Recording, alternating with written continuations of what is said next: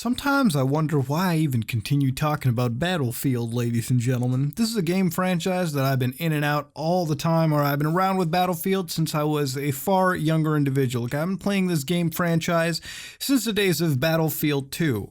And as every release comes, I always end up getting it, and I put a lot of hours into these games despite my care for them slowly dwindling as the years go on. Maybe it's because I'm getting older, maybe it's because I'm playing different games, or maybe the games have just become more and more stale or casualized, and that's why I'm sort of straying away from them. But there's something always that piques my interest about Battlefield, even if it is a tiny bit. I play a lot of multiplayer shooters alongside my single player games. Multiplayer shooters I play a little bit more nowadays because as you do a lot of work, as you go into adult life, you realize that, man, I don't really have the time for a fucking 80, 90 hour RPG. All right. Sometimes I do dedicate the time for it and I'll finish it over time. Of course, I play through Final Fantasy X, great fucking game. Took me about 3 weeks to finish it. All right. And that was, setting aside days to actually play that motherfucker. But I realize as I grow older, as I become an adult, multiplayer games you can get them done over with quick, and it really is just a quick way for you to game. And it gives you a level of, I guess, at least me, reward enough that, as I progress through and as I play these games, I feel satisfied. And at the end of the day, isn't that supposed to be what a video game is about? Have fun, be satisfied, go do your thing? Yes, it is, ladies and gentlemen. At the core, it should be. Now, Battlefield 5's gameplay trailer got announced or showcased. And you want to know something? It's not a gameplay trailer. It was really just CGI with some HUD elements tacked onto it. Because if that's gameplay, if that was gameplay you just saw, that cleverly crafted video, then guess what? I have some snake oil to sell you. But anyways, this trailer got out, and it's almost like we switched the Call of Duty role to the Battlefield, where this one's getting a little bit of the dislike bombing for one key reason. See, Battlefield 5, or BFV, whatever the fuck you want to call it, is set in World War II. Oh man, because we've never seen World War II before. Man, weren't there other wars that took place? I don't know, the fucking Korean War? Could we not just set it in Black Ops periods of time, Cold War shit? A new Cold War? Can we not have two countries on Mars or something duke it out? Why does it always got to be back to World War II? But anyways, they showcased World War II. And I'm not a huge fan of it, so I'll probably not even get this year's Battlefield because I don't want to fucking play World War II games. But regardless, they showcased the trailer. And a lot of people have been triggered with the fact that women are making quite a prominent appearance in this game. Now, one thing I'm going to say right here, your boy Muda doesn't fucking care if a woman shows up in a video game, okay? For me, I'm pretty indifferent to it, okay? At the end of the day, I play a game, especially a first-person shooter. Who the fuck cares if you're playing as a woman or a man or a fucking tank engine at the end of the day when you're playing a first-person shooter? How often do you look into a mirror in a game and say, wow, I look pretty fucking attractive? Most of the times you can't because the game doesn't even have that tech loaded into it. But regardless, I couldn't give less of a fuck. But a lot of people clearly do. See, being a World War II game and the prominence of many women in this game, or it seems to be that way, a lot of people have said this is historically inaccurate. Which, my only response to that is, if you ever want to take an EA game as historically accurate, how about we go read those things called books? They typically keep history pretty intact. A video game is a video game. It's just a fucking device to get our rocks off on a video game. That's about it. So that's just my thought process on it. But I can sort of understand where people are coming from. See, there were women clearly in World War II. However, it's not at the level that EA would like to pander it for you. See, in the social justice warrior climate, people have felt the need to completely make games all-inclusive.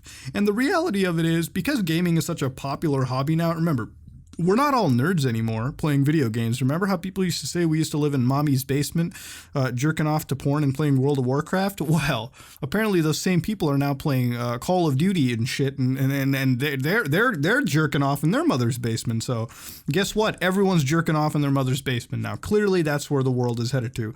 So the idea of a video game to be more inclusive kind of makes sense from a business perspective. I can see where EA is going to this, appealing to the broad people. And like I said, it makes sense for it to have that kind of a focus from a business perspective. But then I take a lot of people who are sort of defending EA in this practice, saying, oh, well, of course we should have everything. EA themselves said women and customization player stuff is here to stay. And for one, it's a touchy subject because I don't mind people being able to customize their player. To me, I don't really care. To where I draw the line is Battlefield has always been a game that at least portrays or tries to immerse you in a warfare experience or a war zone. Or when you're playing a Battlefield game online, it makes you immersed to the point where you feel roughly in that hot zone. You know, I remember the days of putting in Battlefield 3. Hell, you know what? Just put in Battlefield 4 on your console or PC or whatever, if you have it. There is multitudes of maps and factions in that game. One such example I'll bring up is one of the maps, is Siege of Shanghai, which is a core map released in Battlefield 4. This map pits United States soldiers against Chinese soldiers. And what's interesting about it too is that each side has a distinct feel to it. Let's forget the fact that by the end of a Battlefield multiplayer match, the map you are fighting on is reduced to literal rubble, which makes, again, playing the game so much more fun because you're destroying skyscrapers, blowing up walls, getting rid of it. It levels out the war zone to the point that the end of the match makes you think, wow, we did this. But one of the big defining features of this game franchise is, let's assume that yes, where you have US and Chinese teams. If you're playing Battlefield 4, the astute might notice that in Battlefield 4, if you're playing as the United States team, you're giving your callouts in English, or if you're playing as a Chinese team, they do their callouts in Chinese. The weapons are distinctly American or Chinese for that map. Americans have American-made carbines, Chinese have Chinese weaponry. Vehicles, aircraft reflect the same.